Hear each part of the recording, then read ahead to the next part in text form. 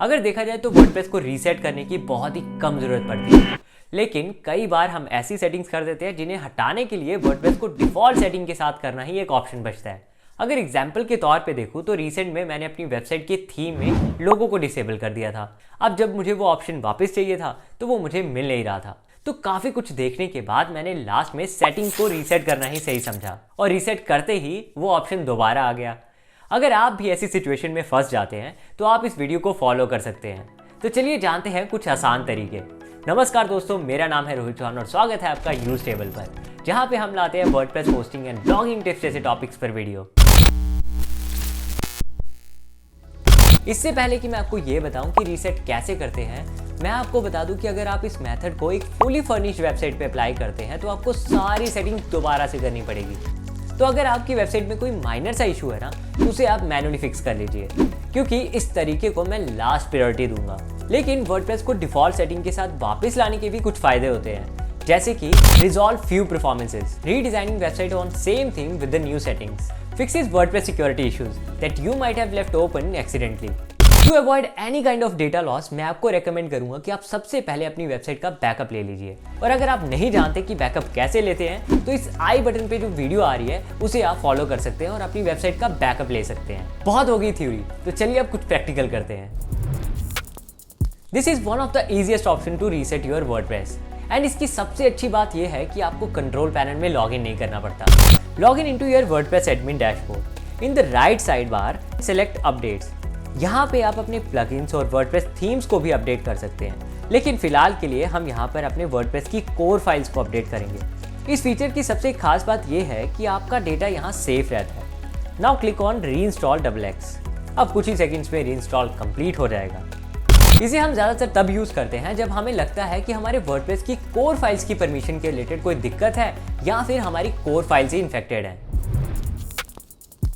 आपका तो पता नहीं, लेकिन मुझे ऐसा लगता है कि बिना प्लगइन्स वर्डप्रेस पे कुछ भी करना डिफिकल्ट है। तो चलो अब इस काम के लिए हम एक प्लगइन का इस्तेमाल कर लेते हैं। वर्डप्रेस को रीसेट करने के लिए हम यूज़ करेंगे एडवांस वर्डप्रेस रीसेट प्लगइन का। तो चलो इसको इंस्टॉल कर लेते हैं। इसको इंस्टॉल करने के लिए आपको जाना होगा प्लगइन्स पे। यहाँ पे आपको ऐड न्यू पे क्लिक करना है और फाइंड पे एडवांस वर्डप्रेस रीसेट को सर्च करना है। You will find this plugin in the list. Choose the plugin and click on install button. जैसे ये इंस्टॉल हो जाए इसे आप एक्टिवेट कर लीजिए। जब प्लगइन एक्टिवेट हो जाए तो आपको जाना होगा टूल्स पे। यहाँ पर आके आपको जाना है एडवांस वर्डप्रेस रीसेट पे।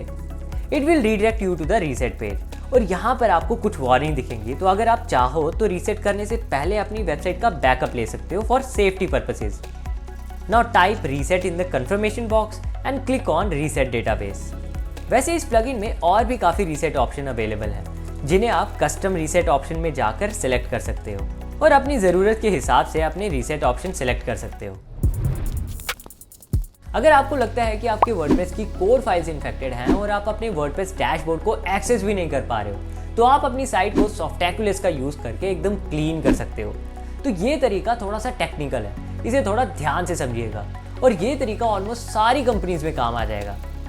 First of all you need to access your control panel dashboard, चाहे आप cPanel यूज़ कर रहे हैं या फिर direct admin. Go to file manager, then public HTML। यहाँ पर आपको कई सारी फाइल्स और डायरेक्टरी दिख जाएंगी, जिनमें से आपको WP कंटेंट डायरेक्टरी और wp-config.php फाइल को किसी दूसरे नेम से रीनेम करना होगा, क्योंकि इस फाइल में डेटाबेस की इन्फॉर्मेशन के साथ साथ कई अदर इंपॉर्टेंट इन्फॉर्मेशन भी होती है।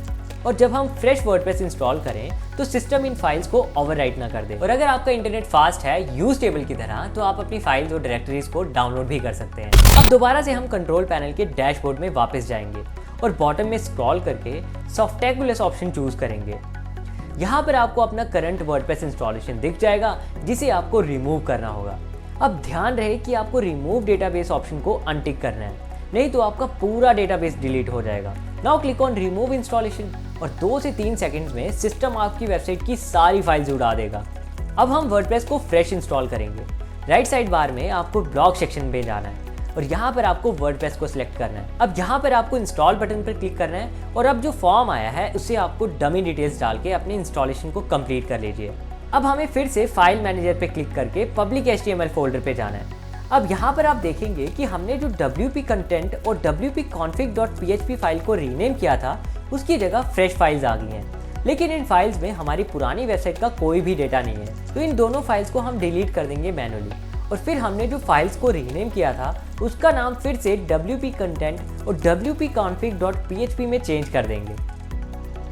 Now it's done. इस पूरे प्रोसीजर में हमने वर्डप्रेस को कम्प्लीटली रिमूव करके दोबारा से इंस्टॉल किया है, वो भी बिना किसी डेटा लॉस के। तो इस वीडियो में मैंने आपको 3 तरीके बताए हैं वर्डप्रेस वेबसाइट को रीसेट करने के, और ये भी ध्यान में रखा है कि कोई ऐसा तरीका ना बताऊं जिससे आपका डेटा लॉस हो।